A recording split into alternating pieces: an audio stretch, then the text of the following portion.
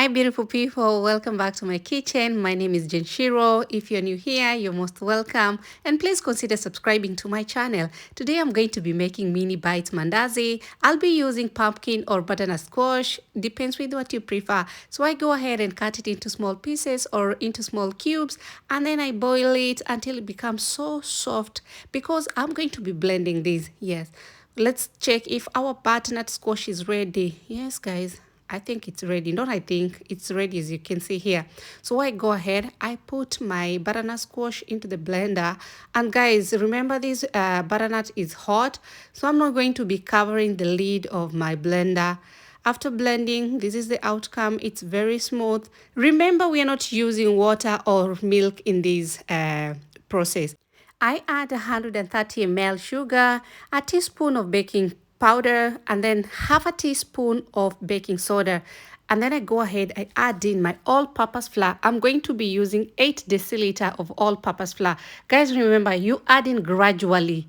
As you continue kneading your dough, you're going to be adding your flour gradually. So guys, have you ever tried making mini bites or mandazi using pumpkin or butternut squash? Or if this is your first time to see this recipe, are you willing to reciprocate it at home? Let me know down below in the comment section, because guys, this recipe, it's really good. This is actually a unique recipe because remember, we have not used milk or water.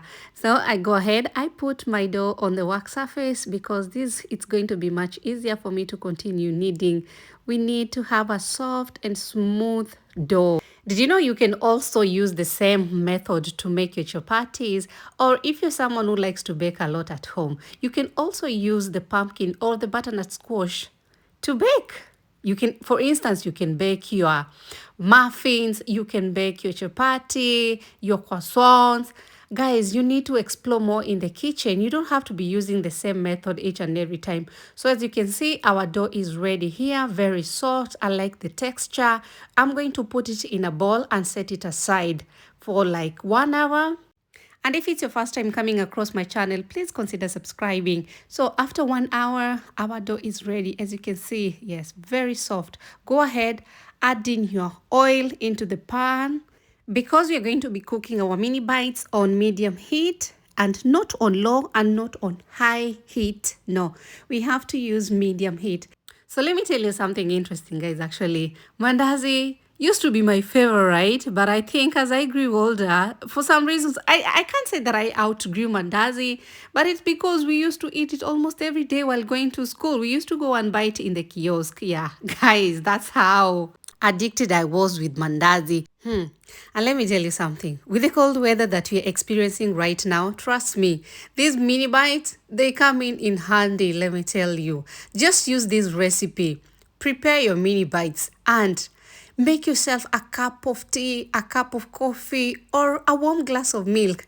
If your friends or your guests are coming over, you guys are going to enjoy these mini bites and have some cozy time, because we don't want to be going outside to be buying bread or something to accompany our tea or our coffee. No, with this easy recipe, trust me, you're going to be making your mini bites and have a cozy time in the house, not you stressing to go out in the cold weather. So this is the balls that we have managed to get. I'm going to roll out the dough. And also guys, with the mini bites, once you prepared a lot of them, you can have them in the fridge, so you can be having something to grab every morning while you go to work, or when you don't want to stress what you're going to have for breakfast. These ones, they come in handy, trust me. So I go ahead, I cut my dough into my desired shape. I'm going to cut them into small because remember, I'm just cooking these at home. And remember, guys, I was having so much fun making this recipe. Trust me, mandazi, it's one of the things that I love to prepare because I don't think that I spend a lot of time making them. No, these ones actually, they take less time in the kitchen. Yes. So our oil is ready. I'm going to add in our mini bites. You have to cook each side 2 minutes until they are golden brown. Remember, our heat is medium heat, not low, not high. Because if you're cooking on high heat, they are going to burn. And also, if you're going to cook them on low heat, they're going to become very hard. So the best way to prepare them or to cook them is to cook them on medium heat. Look at this. Oh my god, they look so yummy. I can't wait to bite these mandazi. Oh my god, they are very, very soft. Look at them. This is so colorful. I'm telling you. Don't forget to use your butterscotch next time. So this is the outcome. I'm going to be enjoying this with a cup of tea. Yes. So thank you so much for your support and your time. Until next time. Bye bye. Kwaheri.